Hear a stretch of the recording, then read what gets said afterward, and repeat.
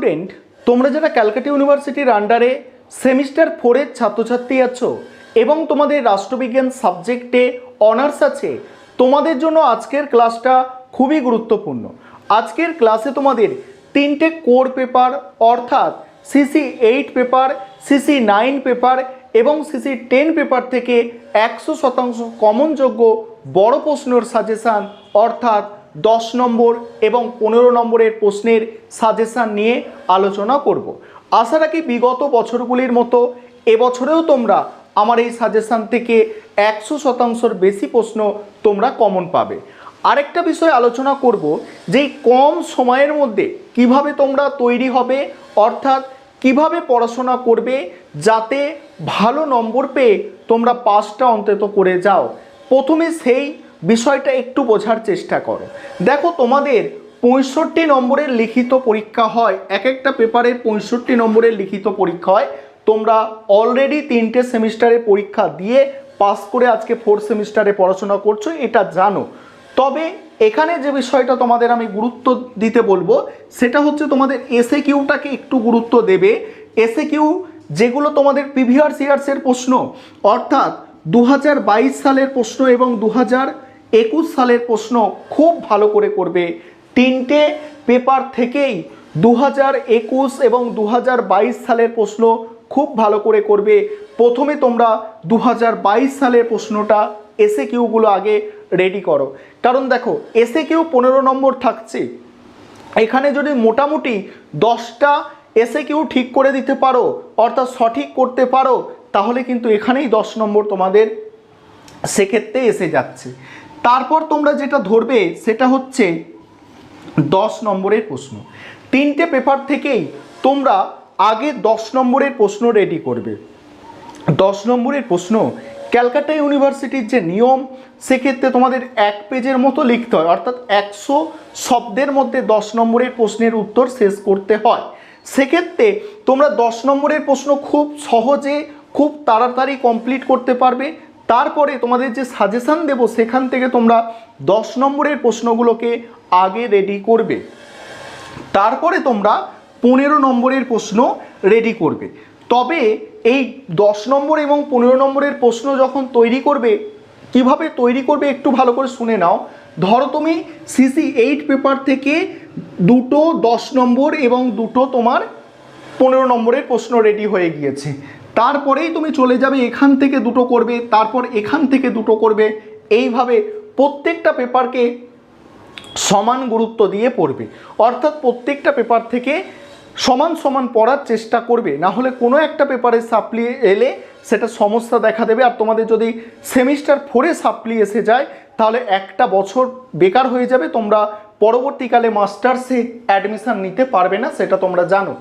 আরেকটা বিষয় এখানে তোমাদের বলবো, তোমাদের এই সিসি 9 পেপারটা খুব গুরুত্ব দিয়ে পড়ো এবং একটু বেশি পড়াশোনা করো সিসি 9 পেপারটাকে নিয়ে।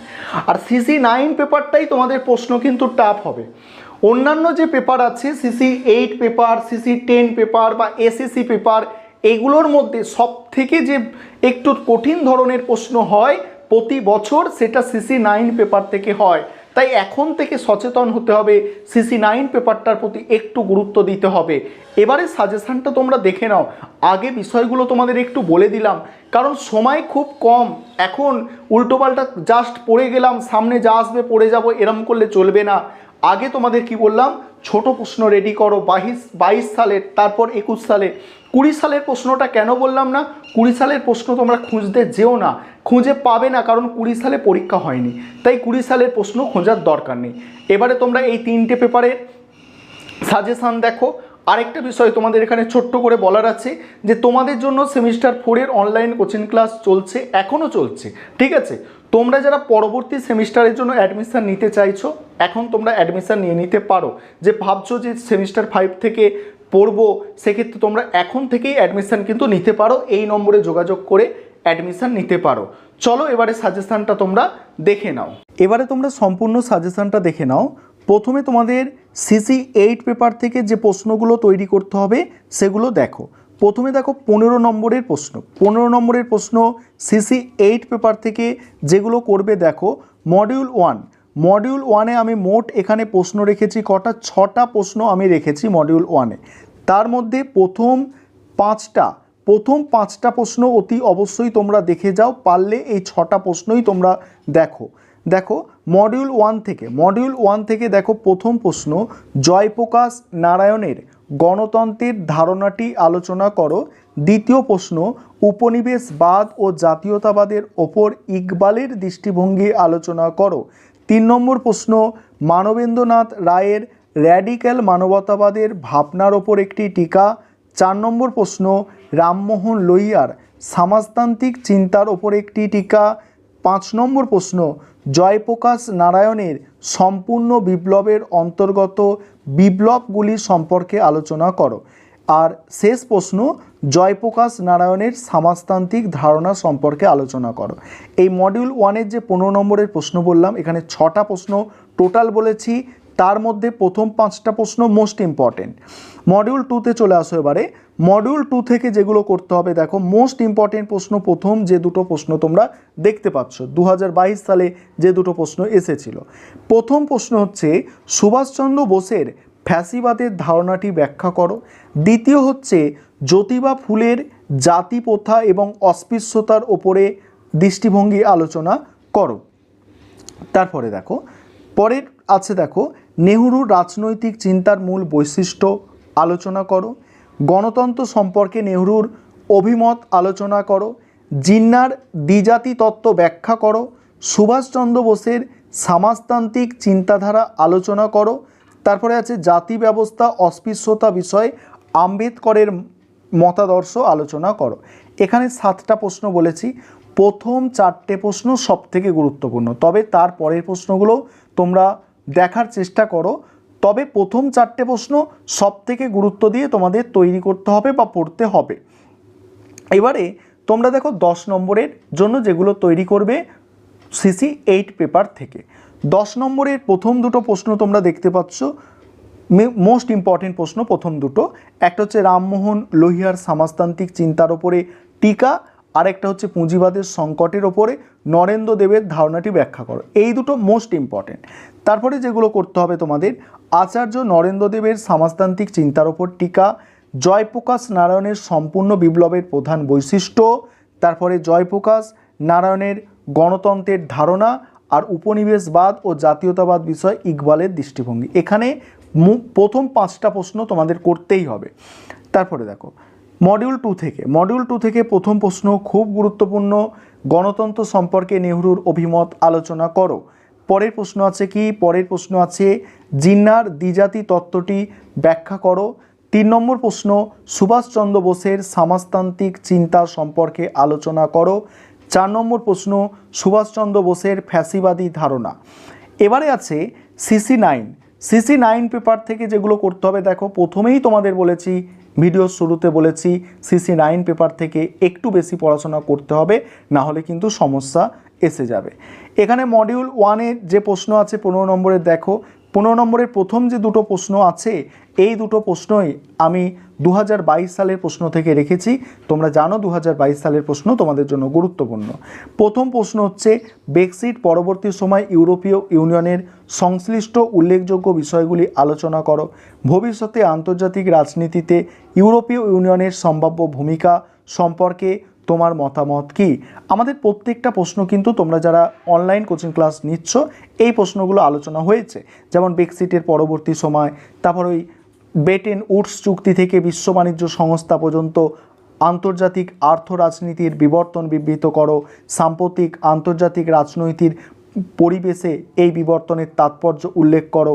3 নম্বর প্রশ্ন, নির্জোট আন্দোলনের সূত্রপাত কিভাবে হয়েছিল? উন্নয়নশীল দেশসমূহের ক্ষেত্রে এই আন্দোলনের ভূমিকা ও প্রাসঙ্গিকতা আলোচনা করো।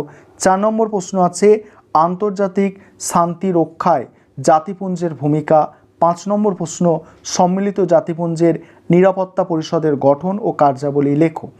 এবারে হচ্ছে মডিউল 2 দেখো, মডিউল 2 থেকে যেগুলো করতে হবে দেখো, মডিউল 2 থেকে, তাহলে মডিউল 1 থেকে এখানে কি বললাম, মডিউল 1 থেকে এখানে আমি 5টা প্রশ্ন রেখেছি।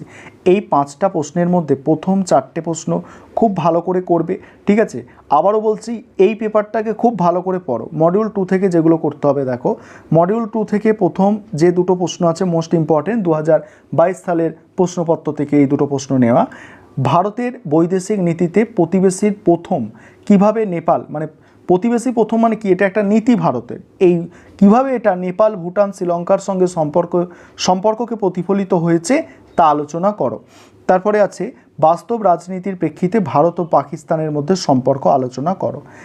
3 নম্বর প্রশ্ন ভারত শ্রীলঙ্কার মধ্যে সম্পর্ক।